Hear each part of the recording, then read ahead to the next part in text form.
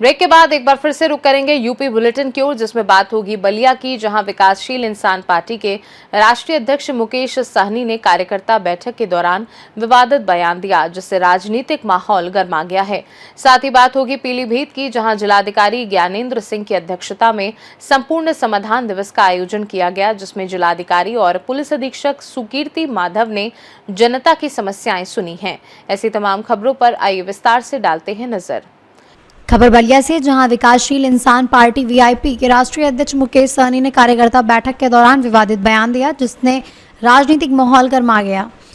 उन्होंने योगी सरकार के मंत्री डॉक्टर संजय निषाद को लेकर कहा कि यदि 6 महीने के भीतर भाजपा निषाद समाज को आरक्षण नहीं देती है तो वो समाजवादी पार्टी या इंडिया गठबंधन में शामिल होने पर पुनः विचार करेंगे, अन्यथा 2027 में चुनावी जंग जैसी स्थिति बनेगी। इस दौरान उनके बयान को लेकर तीखी प्रतिक्रिया देखने को मिल रही है, जिसमें उन्होंने भावनात्मक और आक्रामक शब्दों का इस्तेमाल किया, जिससे राजनीतिक हलकों में चर्चा तेज हो गई है। एहसास कराएंगे और डॉक्टर साहब को हम आग्रह करेंगे, 6 महीने का उनको हमने समय दिया है कि आप 6 महीना में या आप बीजेपी से आरक्षण ले लीजिए, तो हमारा पूरा समर्थन आपको हम देंगे। यदि अगर आरक्षण आपको भाजपा नहीं दे रही है, डबल इंजन की सरकार नहीं कर रही है, आपके बच्चे को न्याय नहीं दे पा रहे हैं, तो आप हमारे साथ आइए, हम अखिलेश जी से बात करेंगे और इंडिया ब्लॉक में हम आपको स्वागत करते हैं और यहाँ पे रहकर राजनीति कीजिए। और जब प्रदेश में सरकार बदलिएगा, 2029 में आदरणीय राहुल गांधी जी के नेतृत्व में देश में सरकार बनेगी, तो राहुल गांधी जी से हमारी बातचीत हो चुका है कि आने वाला समय में ये आरक्षण का जो पैमाना है वो निषाद को आरक्षण मिलेगा। जिस देश में जाति आधारित गणना किया जाएगा, जिनकी जितनी संख्या उसको उतनी हिस्सेदारी दी जाएगी, 50% का दीवार को तोड़ा जाएगा। ये आरक्षण ऑलरेडी हमारे आदरणीय राहुल गांधी जी का मैनिफेस्टो में 2024 में ही था, तो उस मिशन के साथ जुड़े हैं। हमको पता है कि राहुल गांधी जी की सरकार बनने के बाद निषाद का आरक्षण लागू होगा, तो अभी इसके लिए एक मिशन हमने स्टार्ट किया। अभी 6 महीना तक हम डॉक्टर साहब का राह देख रहे हैं, क्योंकि वो हमारा खून है, हमारा भाई है। हमको पता है कि आज भले वो गलती कर रहा है, लेकिन 6 महीना में हो सकता है वो अपनी गलती को एहसास करके हमारे साथ आ जाएंगे।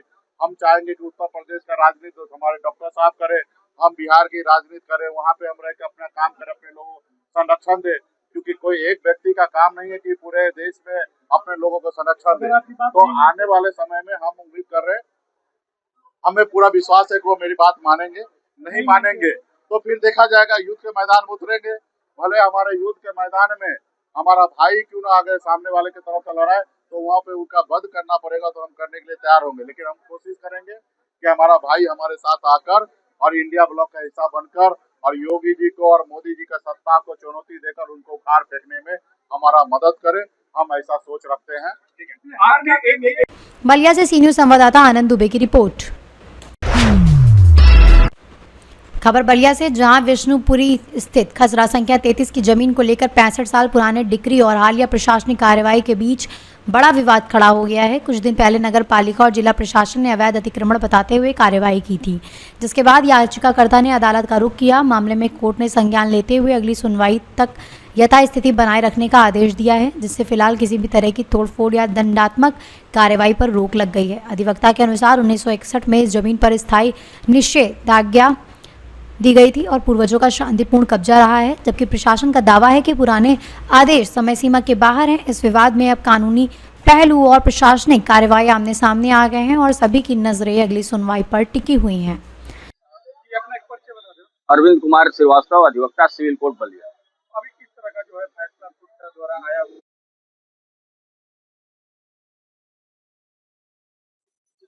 या उच्च न्यायालय इलाहाबाद से फैसला आया हुआ, वहाँ पे हमने मेमेंडस रीट 16,767/2026 सगुप्ता बनाम उत्तर प्रदेश राज्य वगैरह दाखिल किया था। उसमें माननीय उच्च न्यायालय ने नगर पालिका को तथा जिले के जितने अधिकारियों को पक्षकार बनाया गया था उनको मना किया गया है कि हमारे विरुद्ध या हमारी जमीन पे किसी भी प्रकार की उत्पीड़नात्मक कार्रवाई न किया जाए। मामला ये था कि मोहम्मद अली साहब एक थे। मोहम्मद अली साहब ने 1965 में एक मुकदमा यहाँ नगर पालिका के विरुद्ध दाखिल किया इम्तनाई का। मोहम्मद अली साहब के नाम से अराजी नंबर 33 मौजा बिष्णुपुर में स्थित था। उक्त जमीन पे नगर पालिका द्वारा उनको बेदखल किया जाने लगा। उन्होंने इम्तनाई का दावा दाखिल किया। उस मुकदमे में नगर पालिका के चेयरमैन द्वारा कॉम्प्रोमाइज किया गया। कॉम्प्रोमाइज के आधार पर डिग्री हुई। डिग्री के आधार पे वह आज तक काबिज दाखिल रहे तथा खतौनी में उनका नाम दिया गया। अब उस समय से आज तक वो काबिज दाखिल रहे। इसी दौरान कुछ दिन पहले जो है नगर पालिका के अधिशासी अधिकारी द्वारा उनको बेदखल किया जाने लगा। तब तौफीक आलम उसी परिवार के हैं, उनके द्वारा एक एजुकेशन इजराय दाखिल किया गया। इजराय में नगर पालिका उपस्थित आई, अपनी जवाबदेही लगाई। जवाबदेही देने के बाद भी जबरदस्ती बेदखल किया जाने लगा। तब यह रिट माननीय उच्च न्यायालय में दाखिल हुआ। निर्णय आया है कि हमको बेदखल न किया जाए, हमारे विरुद्ध किसी भी प्रकार का उत्पीड़नात्मक कार्रवाई न किया जाए। हम जिस पोजीशन में हैं वैसे ही यथास्थिति हमको रहने दिया जाए। लैंड इनके नाम से, इनकी पुश्तैनी जमीन है। अब ये तो नगर पालिका बताएगी कि क्यों दखल कर रही है।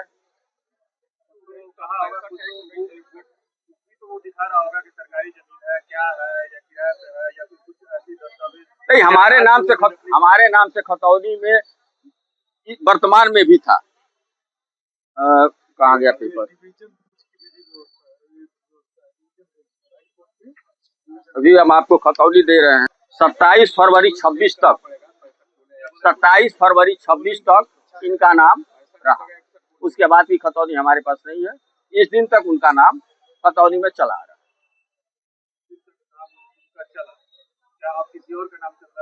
अब संभवतः सुनने में आ रहा है कि इनका नाम जो है डिलीट कर दिया गया। सीधे तौर से कोई जानकारी नहीं है।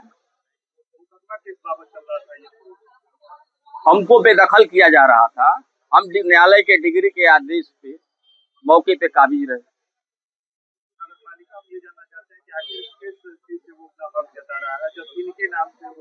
अब ये तो नगर पालिका बताएगी कि हमारा नाम कैसे डिलीट हुआ। कोई हमको नोटिस नहीं मिला। ना, ऐसा कोई पेपर यहाँ। हाँ, एक पार्टी ऑर्डर करा के अपना डिलीट करा। नगर पालिका की मनमानी कही जा सकती है क्या? एकदम कही जाएगी मनमानी। किसके आदेश से हुआ है? उप जिलाधिकारी महोदय के आदेश से नाम डिलीट हुआ है। X party order. जमीन चित्तूपाणे चौराहे के पास है। और वो खतौनी में तो उस समय तो 29 डिसमिल था। 29 डिसमिल में उनके द्वारा मुकदमा किया गया, लेकिन कंप्रोमाइज में शायद कुछ कम मिला है इनको, चौहद्दी उसकी। अब कंप्रोमाइज वो किए हैं, अब तो बताएंगे क्यों किए, कैसे किए, उतने जमीन पर क्यों किए, ये तो हम बता नहीं पाएंगे। कंप्रोमाइज में इनकी लंबाई चौड़ाई लिखा है, 5.25 डिसमिल के करीब है। हम बता दे रहे हैं क्या है।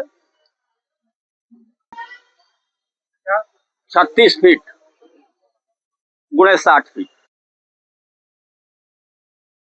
क्या बलिया के अधिकारी भी आम जनता की जमीन लगे क्या? अब ये तो ऐसा ही हो रहा है।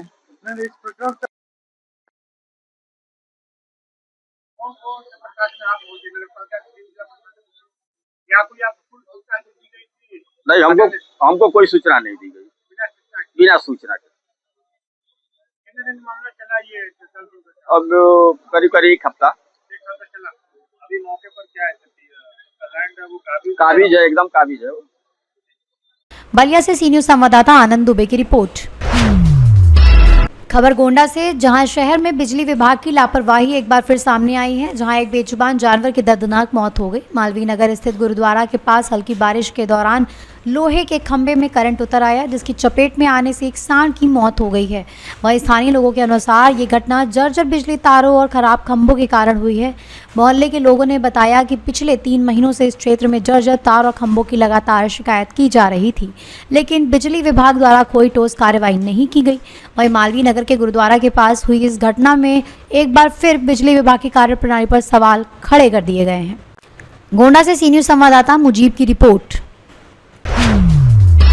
खबर पीलीभीत से, जहां पूरनपुर तहसील में जिलाधिकारी ज्ञानेंद्र सिंह की अध्यक्षता में संपूर्ण समाधान दिवस का आयोजन किया गया, जिसमें जिलाधिकारी और पुलिस अधीक्षक सुकृति माधव ने जनता की समस्याएं सुनी। कुल 47 शिकायतें प्राप्त हुई, जिनमें से 2 का मौके पर ही निस्तारण किया गया, जबकि बाकी मामलों में अधिकारियों को गुणवत्तापूर्ण और मौके पर जाकर जांच कर समाधान करने के निर्देश दिए गए। जिलाधिकारी ने स्पष्ट कहा कि शिकायतों को निस्तारण में पारदर्शिता रखी जाए और दोनों पक्षों को सुनकर ही समाधान किया जाए। साथ ही निस्तारण की रिपोर्ट पोर्टल पर अपलोड करने के निर्देश भी दिए गए। इसी अवसर पर तहसील परिसर में प्रधानमंत्री टीबी मुक्त भारत अभियान के तहत निश्चय शिविर का आयोजन किया गया, जिसका शुभारंभ जिलाधिकारी ने एक्सरे मशीन का बटन दबाकर किया, जहां लोगों को स्वास्थ्य जांच कर तुरंत रिपोर्ट भी उपलब्ध कराई गई। तहसील संपूर्ण समाधान दिवस में मुख्य चिकित्सा अधिकारी डॉक्टर आलोक कुमार, उप जिलाधिकारी पूरनपुर, जिला विकास अधिकारी सहित अन्य जिला स्तरीय अधिकारी उपस्थित रहे। पीलीभीत से सी न्यूज़ संवाददाता हैदर खान की रिपोर्ट। खबर शाहजहांपुर से, जहां राष्ट्रीय पंचायती ग्राम प्रधान संगठन के पदाधिकारियों ने मुख्यमंत्री के नाम 9 सूत्रीय ज्ञापन उत्तर प्रदेश के वित्त मंत्री सुरेश कुमार खन्ना और एमएलसी डॉक्टर सुधीर गुप्ता को सौंपा। कार्यकारी जिला अध्यक्ष अनिल गुप्ता ने बताया कि संगठन ने पंचायत चुनाव समय पर कराने या तब तक मौजूदा प्रतिनिधियों का कार्यकाल बढ़ाने, छोटी ग्राम पंचायतों का बजट बढ़ाने, मनरेगा भुगतान समयबद्ध करने जैसी मांगे रखी हैं। वित्त मंत्री सुरेश कुमार खन्ना ने आश्वासन दिया कि सभी मांगे मुख्यमंत्री तक पहुंचाई जाएंगी और समाधान का प्रयास किया जाएगा। जबकि एमएलसी डॉक्टर सुधीर गुप्ता ने भी संगठन को पूरा सहयोग देने की बात कही। कार्यक्रम में अजय प्रताप, पूर्व जिला पंचायत अध्यक्ष, संगठन के जिला अध्यक्ष झब्बू सिंह यादव, महासचिव ब्रजपाल, कोषाध्यक्ष अनिल गुप्ता, प्रधान जयप्रकाश गुप्ता सहित सभी 15 ब्लॉकों के अध्यक्ष व सैकड़ों प्रधान मौजूद रहे। शाहजहांपुर से सी न्यूज़ संवाददाता फसाद खान की रिपोर्ट। यूपी बुलेटिन में फिलहाल के लिए इतना ही। बने रहिए सी न्यूज़ भारत के साथ। हर खबर आपके साथ, आपके हाथ।